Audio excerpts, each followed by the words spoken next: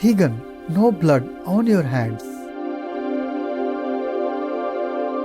Our programs offer many languages. Please visit suprememastertv.com/schedule. Nos programmes offrent plusieurs langues. Veuillez visiter suprememastertv.com/schedule. Nuestros programas ofrecen varios idiomas. Visiten suprememastertv.com/schedule. Нашите предавания предлагат много езици. Моля вижте suprememastertv.com/schedule. 8th Karmapa not only forbade meat eating in the Great Encampment, but also encouraged vegetarianism all over Tibet. Please keep watching to find out more.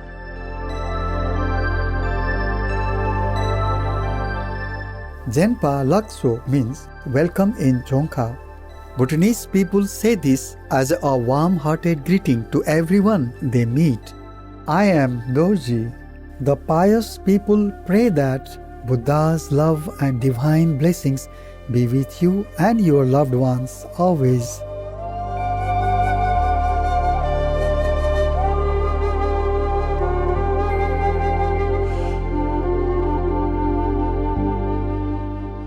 Tibetan Buddhism is a religion with a rich cultural heritage that emerged from a wide range of spiritual practices.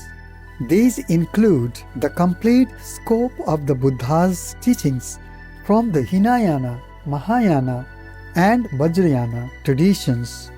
Different schools belonging to Tibetan Buddhism today include the Nyingma, founded by Padmasambhava, Kagyu, founded by Tilopa, Sakya, founded by Koncho Gyalpo and his son Sachen Kunga Ningpo, and Gelug, founded by Tsongkhapa Lobsang Drakpa. The teachings of Tibetan Buddhism focus on mindfulness of death and the ephemeral nature of life, leading to diligence in meditation and spiritual practice. Mandalas, prayer flags, and thangka paintings are visual reminders for practitioners on the path.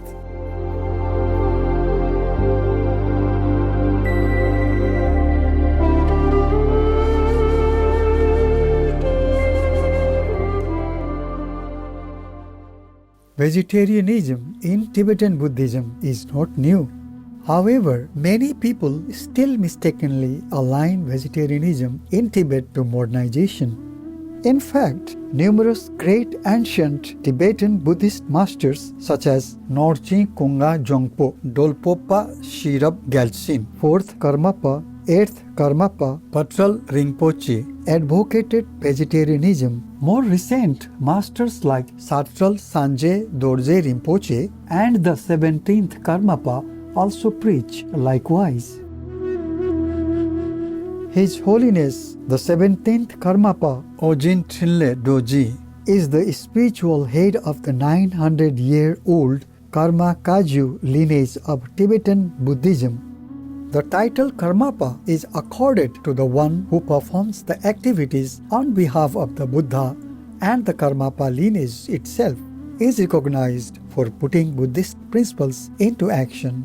Galwang Karmapa has stressed the importance of preserving Tibetan culture, unity, language, and literacy, which is critical for the Dharma in Tibet. His Holiness wrote and produced several plays combining traditional Tibetan opera with modern theatre.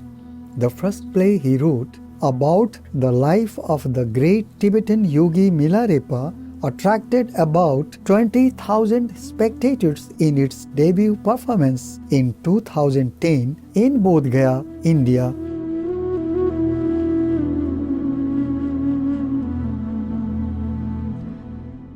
Despite having been brought up as a meat eater in a nomadic family in Tibet, His Holiness subsequently abandoned meat and firmly encouraged others to stop buying, making, and eating meat. The 17th Karmapa believes strongly in compassion, loving kindness, women's rights, vegetarianism, and caring for Mother Earth as universal values. In one of his talks on vegetarianism given on January 3, 2007, At the 24th annual Great Kaju Monlan, Bodh Gaya, India, His Holiness directed all his followers to adhere to vegetarianism. Any monastery that belongs to Kamsang Kaju, the monastery kitchen cannot and should not make any food with meat. And if you bring meat and cook it in the monastery kitchen, then that means that you are not taking me as your teacher. You are not belonging to Kama Kaju, and there is nothing to discuss about that. That's finished. That is very important.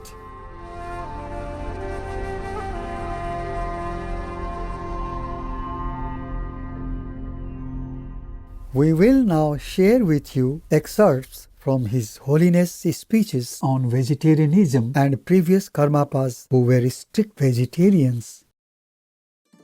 A few years ago, at one of the Kaju Molans, I spoke about the topic of vegetarianism giving up eating meat. You could say it was an announcement, but it was really like making a suggestion. Since then, many years have passed, and over the years, I have heard people say various things. Some people have even said, "Oh, Ogyen Trinley Dorje says that if you don't give up eating meat, then you are not a Kajupa." Now, it actually wasn't me who said that. It was the 8th Karmapa p1o2 Dorje who said that. So it wasn't my idea. And it's not like I said you better give up meat or else you are not a Kajupa.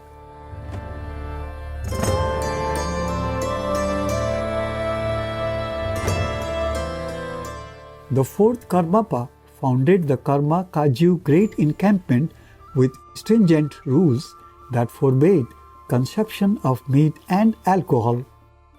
If they saw anyone with meat or bones, they would automatically criticize them. They would not allow any meat or alcohol in the encampment at all. The behavior of his students was even stricter than that.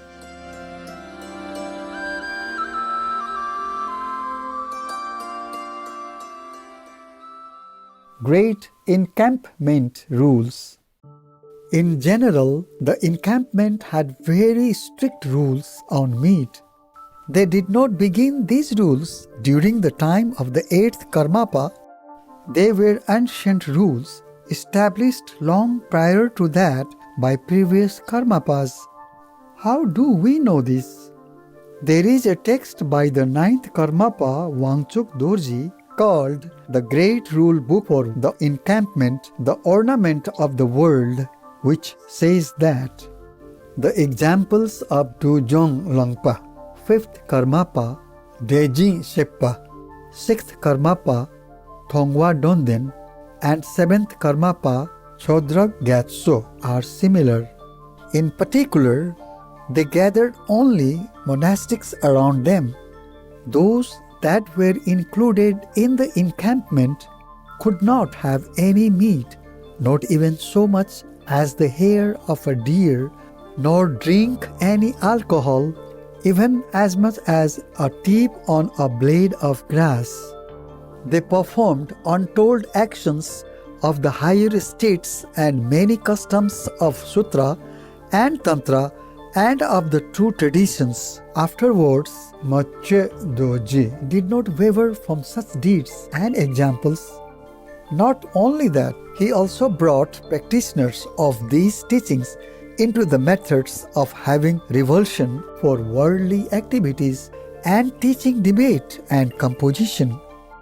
He established new monastic communities, built statues, praised his students, and wrote treatises beyond our conception. He guided his students to have confidence in our own and the oceans of the other schools. His influence and kindness are indescribable.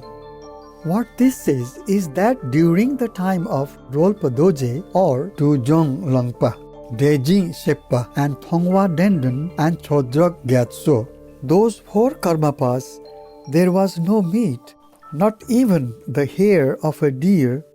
and no alcohol that could fit on the tip of blade of grass were allowed in the encampment. Liberation stories on fourth Karmapa composed by his students. What clear and reliable sources do we have that these rules originated at the time of fourth Karmapa?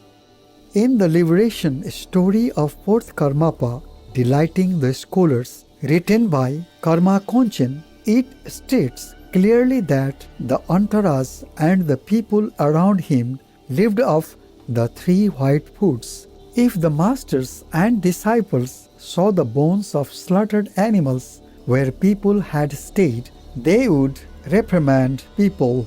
Even a whiff of alcohol was not allowed, and he brought everyone into pure conduct within the encampment.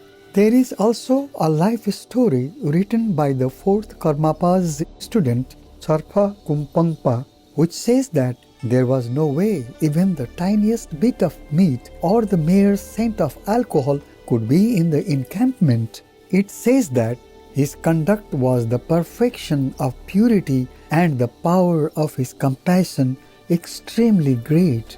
When people gathered in the hundreds of thousands at the most, or the minimum 500, the greatest developed samatha and insight, some developed certainty and the meaning of the words. Even the least continually recited mantras to give up the killing of sentient beings and to recite the names of the Buddhas. This example of benefiting beings is inconceivable. So during the life of Rolpa Dorje, liberation stories by his direct disciples describe this very clearly, and these are good sources. 8th Karmapa Mache Dorje's strict views on meat eating.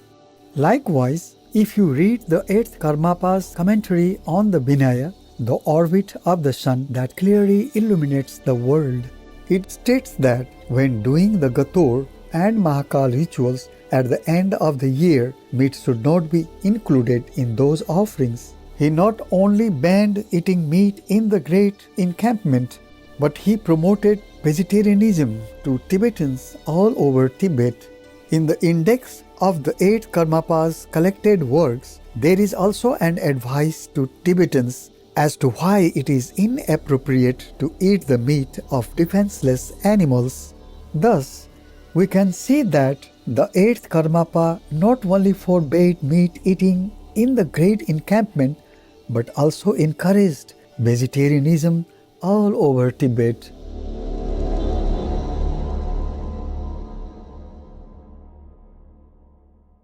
不过现在西藏和尚很多吃素了，嘿，在印度也好几个团体改吃素了啊，跟着达赖喇嘛了啊，对呀，达赖喇嘛已经吃素了，大家都应该一起吃素，全西藏要吃素的，别谈了，别问了，别什么犹豫了哈，都是和尚都要全部跟着达赖喇嘛吃素，然后人民的那个信佛教全部都跟着和尚一起吃素，是对的，是吗？是。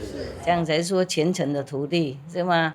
怎么师父吃素，然后徒弟不吃素是怎么样嘛？啊，是啊，啊，达赖喇嘛是最大的那个西藏的名师嘛，有没有啊？佛在世的，如果他吃素的话，他的所有底下的和尚应该全部通通吃素，不用再谈了，是吗？然后他们底下的和尚一直说，部下的和尚啊，小小一点位置的和尚全部吃素的，的话，那他们徒弟们应该也跟着一起吃素才对了，还要谈什么嘛？是不是？是啊，一天到晚拜达赖喇嘛，然后他吃素，你就吃肉，是拜什么？是吗？啊，不合道理。大宝法王30年以前就非常坚决的说，他的弟子必须吃素，不吃素就不是他弟子。对了，佛也是这样讲，你吃肉就不是我徒弟就对了。佛以前有这样说，太好了啊，太好了。Attentive viewers, we are appreciative and thankful to you for joining us for today's program on Words of Wisdom. Please join us again tomorrow for part 2 of this program. May Buddha's divinity bring you bliss and happiness always. Our programs offer many languages. Please visit suprememastertv.com/schedule and suprememastertv.com/WOW.